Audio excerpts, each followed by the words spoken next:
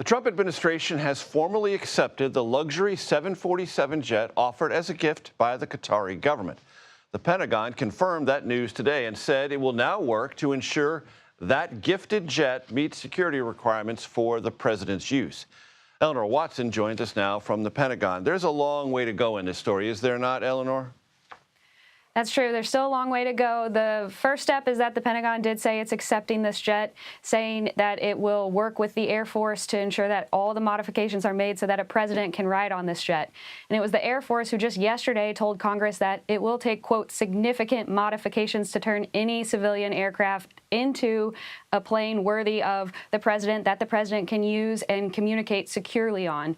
The White House website lists several of the things that an Air Force One requires. For one, it requires refueling in the air, likely to be a modification for this civilian jet being accepted by the Pentagon. Second, it requires a medical suite that can turn into an operating room if something goes wrong. And third, it requires protection that can protect against electromagnetic pulse, which could be caused in the case of a nuclear attack. So there's still a long way to go. The Air Force, in a statement, said that it's preparing to issue a contract for the retrofitting of this jet. But as we've seen in the Pentagon bureaucracy, that contracting process can take quite a bit. And that contracting process will lack a certain amount of transparency, will it not, Eleanor?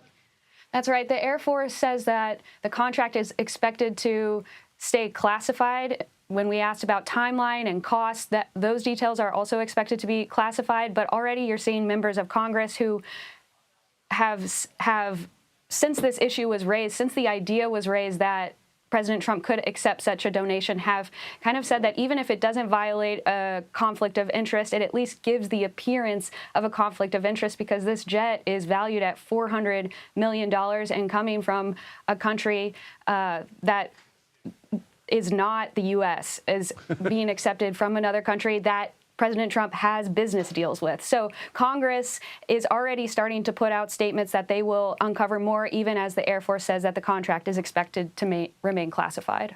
And of course, Eleanor, it's worth pointing out that, as the Air Force says, it will be a costly retrofit. Congress will have to approve the funds for that retrofit, and that's not something that can run through a filibuster-proof reconciliation process. You're going to have to find Democratic votes, at least in the Senate, to get that done.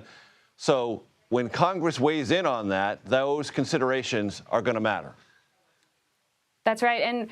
And I'd say, you know, Congress is the power of the purse, but it's also there is some oversight capabilities, too. And we're seeing from Congressman Adam Schiff. He's already asking the DOJ to initiate an investigation. Senator Jack Reed, who's the ranking member of the Senate Armed Services Committee, is saying that this acceptance of this jet constitutes a national emergency and is promising to dig more into it.